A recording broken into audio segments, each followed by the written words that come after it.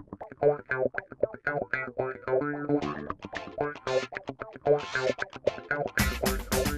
School of Biological Sciences at the University of East Anglia is a wonderful place to study as a student, a great place to work as a member of staff, and a fascinating place to visit as a member of the public. We look at how biological systems work by joining together our understanding of genetic information with research on microbes, plants and animals. This includes studies on animal populations and behaviour, plant disease resistance, human health and how microorganisms contribute to our life and environment. It is really important for us to show what we do and to inspire a new generation of scientists.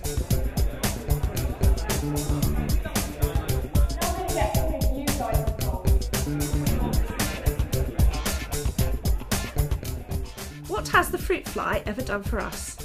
We are familiar with these tiny flies gathering round our discarded fruit, but the fruit fly was chosen as an early model for genetics and was the first complex creature to have its genome sequenced. The fruit fly is also useful in the study of development because many of the genes that lay out the body plan in flies can also be found in mammals and even man. We study evolution and mate choice, trying to find out what makes some individuals more successful than others. Mate choice and the effect of numbers of males and females is also looked at using red flower beetles. This activity showed something of the extraordinary value of bees and other small creatures to many areas of biology. Children loved hunting and our lucky dip and spent some time making a model maggot or two.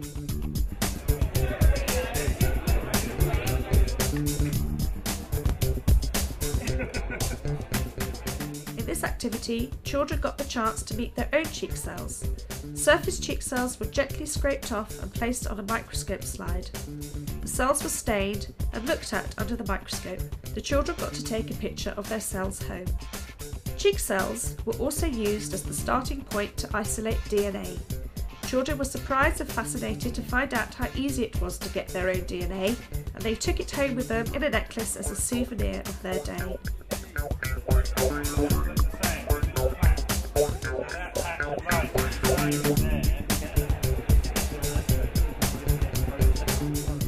Many things in biology are too small to see with your own eyes, and even with the help of microscopes. Biologists have developed ways of using fluorescent dyes to see tiny structures within cells. This activity let people use fluorescent microscopes to see cells which have been stained with these dyes.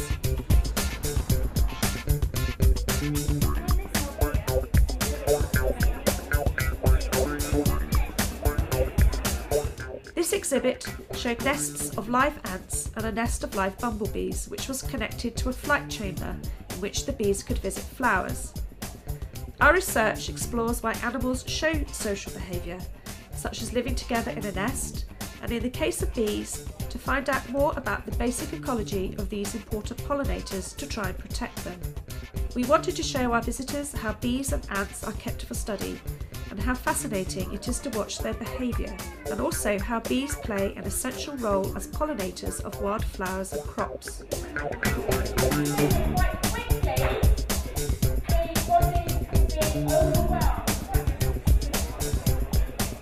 Microbes have different shapes and can do many different things. For example, the soil bacterium Streptomyces produces antibiotics which we use to fight infections. In this activity, children evolved their own microbe. They gave it a name and decided where it was going to live and what it was going to do.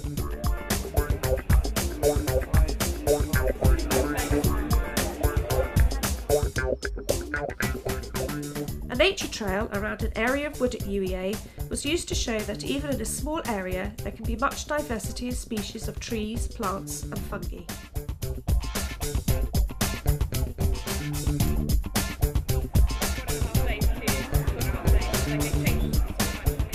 This activity showed how the hugely abundant sulfur molecule dimethylsulfonopropionate, or DMSP, which is produced by many seaweeds and microscopic marine plants, is converted by bacteria to dimethyl sulfide, or DMS. DMS is a gas which gives us the characteristic seaside smell. It is a major part of the marine sulfur cycle. It plays a role in climate change and can be sensed by marine animals. In this activity, seaweed was ground up, and when bacteria were added, the DMS could be smelt.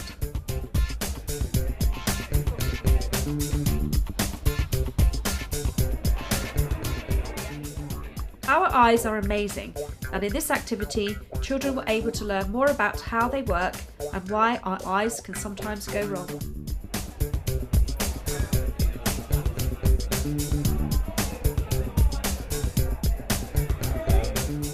The airy silk moths come from China.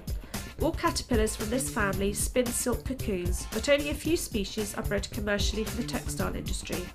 Airy silk production does not involve killing the insects, as the cocoons can be harvested after the adult moth has emerged. Children loved holding these amazing creatures. This larva comes from a female that was alive last year, so the larva is about a year old.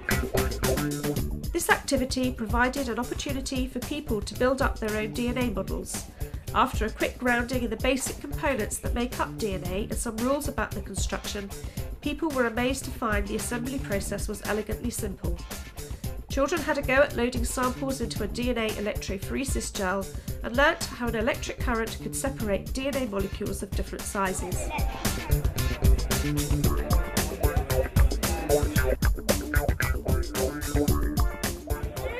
Children came face to face with parasites, including head lice, bed bugs and tapeworms.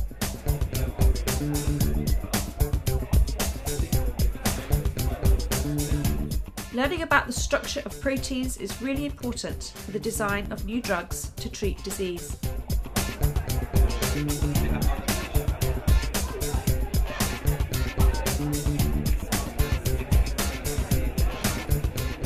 Chick and frog embryos are used to study how vertebrates develop. This can help our understanding of both normal and unusual development.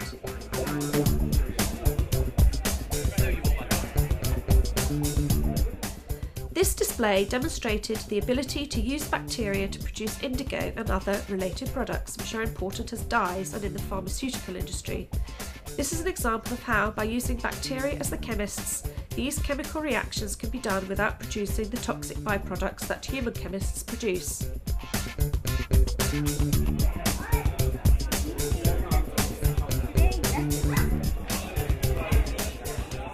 This activity was Top Gear Biology, human physiology at full speed. It was a fun way for people to challenge their reflexes and ultimately as a way to introduce the physiological effects and benefits of exercise for health and in the prevention of disease.